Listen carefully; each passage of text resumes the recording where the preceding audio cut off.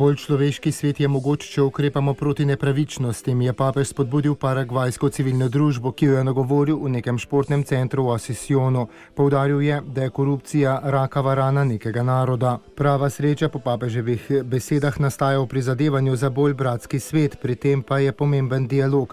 Dialog ni enostaven, potrebno je premagovati veliko ovir. Dialog predpostavlja, zahteva od nas kulturo srečanja, srečanje, ki prepozna, da različnost ni samo dobra, ampak potrebna. Papež je poudaril, da je treba sprejeti krik revnih za izgradnjo družbe, ki bo bolj vključevala. Temeljni vidik pomoči revnih je v načinu, kako jih vidimo. Ne pomaga ideološki pogled, ki se konča s tem, da jih uporabimo za druge politične ali osebne interese. Ideologije končajo slabo, ne pomagajo. Ideologije imajo nepopoln, bolan oziroma slab odnos do naroda.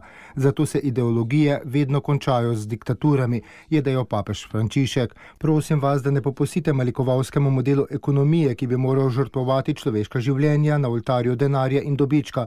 V ekonomiji, v podjetju, v politiki je prva stvar oseba in okolje, v katerem živi, je dejal papež Frančišek.